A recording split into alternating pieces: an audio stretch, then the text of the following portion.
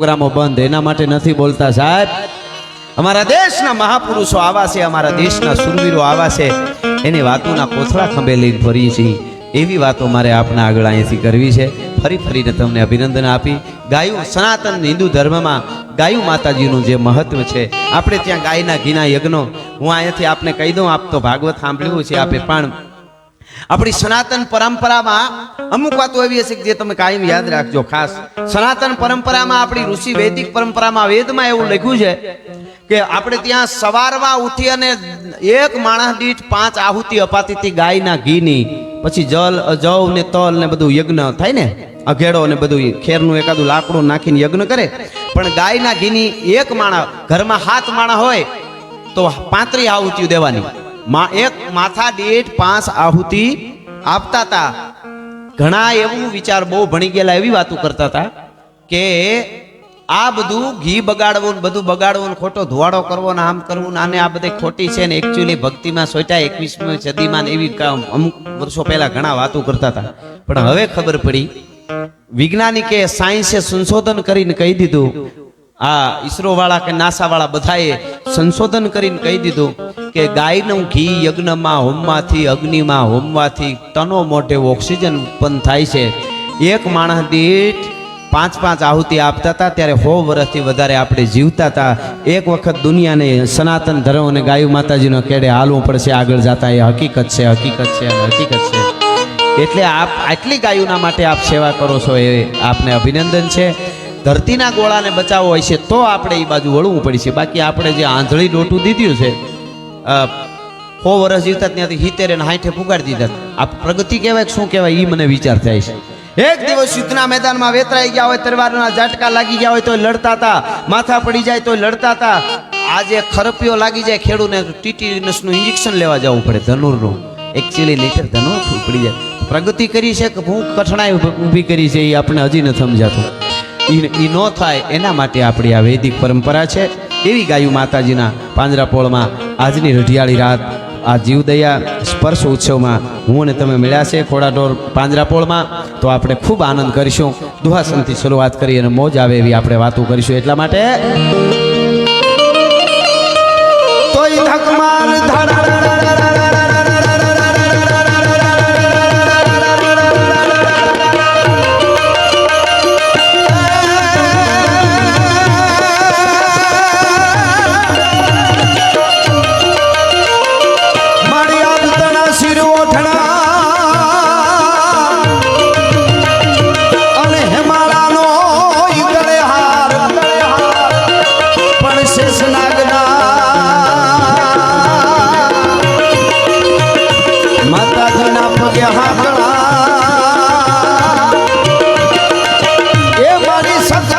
સજે છણગા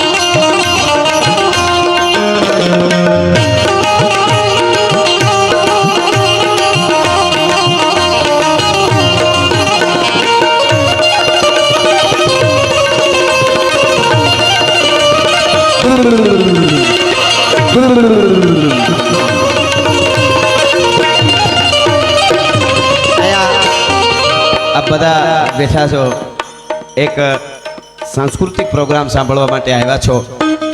પાંજરાપોળ માટેનો આ પ્રોગ્રામ હોય અને મારે થોડા દુહાસન, થોડા સપાખરા ગીતો અને પછી એકાદ બે પ્રસંગ આપણે કહેવા છે ખાસ. કાયમ મારા પ્રોગ્રામમાં કહું છું કે અમારી વાતો, અમારા ગીતો એ જ સાંભળી શકે જેની ઉજળી પરંપરા હોય, જેના ઉજળા સંસ્કાર હોય અને જેના લોહીના ગુણ હોય. બાકી લોહીનો ન હોય, કોઈનો ન હોય, એની પાસે કોઈ દી બેહવું નહીં ને એને યારે મિત્રતાય ન કરવી. મિત્ર કરો તો હારા કરજો, ન કરે એકલા રહેજો. માવા હારું ખિસ્સા ફાડી નાખે એનાથી સેટા જ રહીજો. તમને ક્યાંય ના ન રહેવા દે. मित्र कीजिए मर्द मर्द मन दर्द मिटावे, मित्र कीजिए मर्द खुशामत कर ना खावे, मित्र कीजिए मर्द काम विपत में आवे, मित्र कीजिए मर्द सत कहकर समझावे. घણા શું કે ખબર તમે મોટરસાયકલ માંગવા જાવ કે માથું જોઈ લે, પણ આ મારું કાળત્યું છે, માથું માંગી લે. બાકી મોટરસાયકલ ની તારા માથાનો હું મુરબો કરવો? હા, એની વાત નથી. પણ જગતના ચોકમાં જે બીજાના માટે કંઈ કરે છે એની વાતો જોઈએ છે. એવા પ્રસંગ મારે કહેવા છે. જીવતરના મૂલ્યની વાતો અહીંયા થાય. આજે હું જાહેરમાં આપને કહી શકું, એક જ આપણું માધ્યમ ડાયરાઓનું એવું રહ્યું છે આ, જેને જ્યાં ગુરુ અને શિષ્ય, બાપ અને દીકરી, ભાઈ ને બેન ભેળા બેહીને સમજી શકે એવો આ એક જ પ્રોગ્રામ રહ્યા છે. બાકી તમે મોબાઈલ ખોલો કે ટીવી જોવો, પોણી કલાક ન થાય ત્યાં એકાદાને ઊભું થઈ જવું પડે કે આવડું જવું પડે, બાપ ને દીકરી બેઠા હોય તો. એવી જાહેરાતું આપ બધા માતાઓ બહેનો પગે લાગીને કહું, ભલે થોડી સંખ્યામાં અહીં બેઠા છે, પગે લાગીને તમને કહું કે અઠવાડિયે એકાદી સારી વાર્તા સંભળાવજો. કોઈ પણ તમારા બાળકોને, દીકરી દીકરાને એકાદું હાલરડું સંભળાવજો. અનુપમા ઓછી જોવાય તો કાંઈ વાંધો નહીં, એના આંકડા આપણને નહીં ઉકલે. એમાં એટલા ગાંડા તૂર સિરીલુમાં થઈ ગયા છે. ગામડામાં તો ખબર નહીં, હેરમાં તો ધણીને ખાવા નથી દેતા. બોલો, એ કે અનુપમા ચાલે છે, સાનું મને બેસો. એડ આવવા દો, એડ આવે તો ઓલો બસારો ડેડ થઈ જાય, મરી જાય. હવે એની ક્યાં વાતો કરવી? પણ કહેવાનો અર્થ મારો એટલો જ છે કે આ માધ્યમ, આ જે આપ મળ્યા છો એ ખાલી પ્રોગ્રામ કોઈ નથી, આ કોઈ મનોરંજનનો કાર્યક્રમ નથી. એક યજ્ઞ ચાલે છે ગાયું માતાજી માટેનો. આ એ યજ્ઞમાં તમે આહુતિ દેવા માટે આવ્યા છો ને એમાં સારી રીતે આપો એ સારી વાત છે. હમણાં ભાઈઓ બધા ગોળ કરતા હતા, નો આપો ને સારી રીતે સાંભળીને વૈયા જાઓ ને 2 કલાક 3 કલાક, એ તમારો યજ્ઞમાં તમારો એક આહુતિ જ છે. આ મને હમણાં એક જણો કહેતો તો મને કે ગઢવી સમાજ સેવા ચાલુ કરવી છે, શું કરાય? મેં કીધું બાકી હોય એના દઈ દે, શરૂઆત ત્યાંથી કરાય. હા, એ જ વાંધો છે. સારા માણસો જ આમાં ભોગ બને છે. અટાણે જો બહુ ધ્યાન રાખવા જેવું છે. એટલા માટે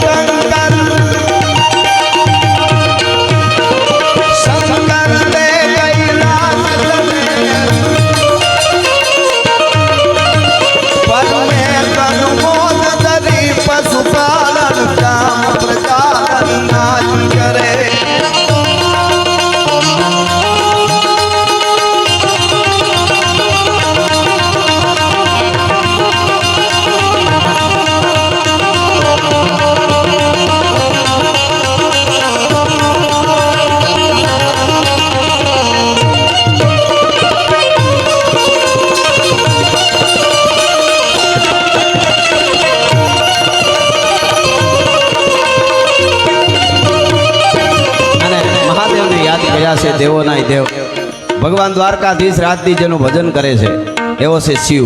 શિવ જેનું ભજન કરે એ રામ અને કૃષ્ણ છે. એટલે મહાદેવ ભોળિયાનાથનું શિવ તાંડવ મારે અહીંથી 30 સેકન્ડ માટે ગાવું છે અને પછી હું સપાખરા તરફ જાઉં. પણ 30 સેકન્ડ માટે અહીંયા એક ગૌશાળામાં માતાજીના સાનિધ્યમાં મળ્યા છે પાંજરાપોળમાં. તો તમે બધાએ મને થોડો તાલ આપો અને આવી રીતે મને તાલ હમણાં વાગે એટલે ખ્યાલ આવશે મને તમારે સાથ આપવાનો છે. એટલે એક આપણા બધા વતી શિવને મહાદેવને પ્રાર્થના થઈ જાય. એટલે બધા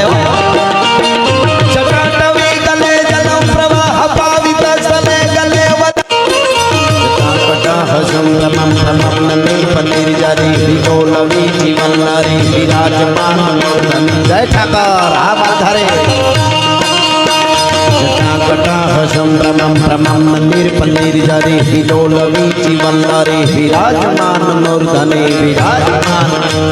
धन्यवाद आभार।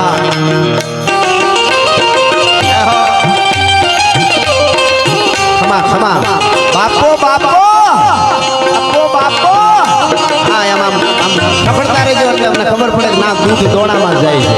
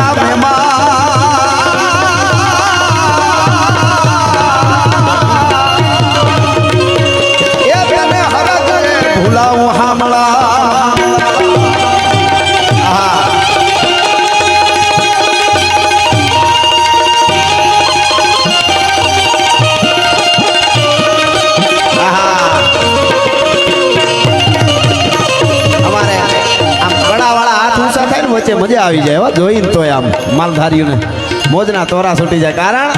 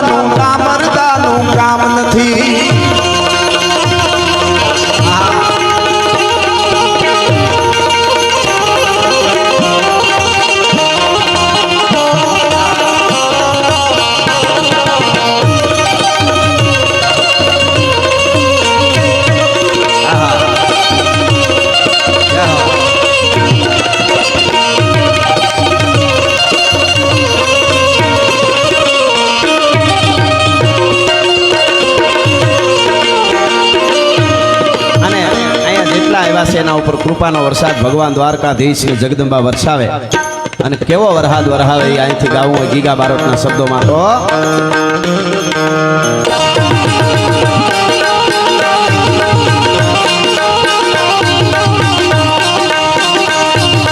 નશાટી વાદળના કાળા ધોવળા લંબારે ધોમે કૈસો બોધા રાજી માથે મુતર્યા ધારા ઠાકોર જીગોરા મોરલા માથે રાહરી મંડાણી લડી હે ધારા મેઘ રાજા મંડાણાના પારા નશાટી વાદળા કાળા ધોવળા લંબારે ધોમે કૈસો બોધા રાજી માથે મુતર્યા ધારા ઠાકોર જીગોરા મોરલા માથે રાહરી મંડાણી લડી હે ધારા મેઘ રાજા મંડાણાના પારા આ બાપુ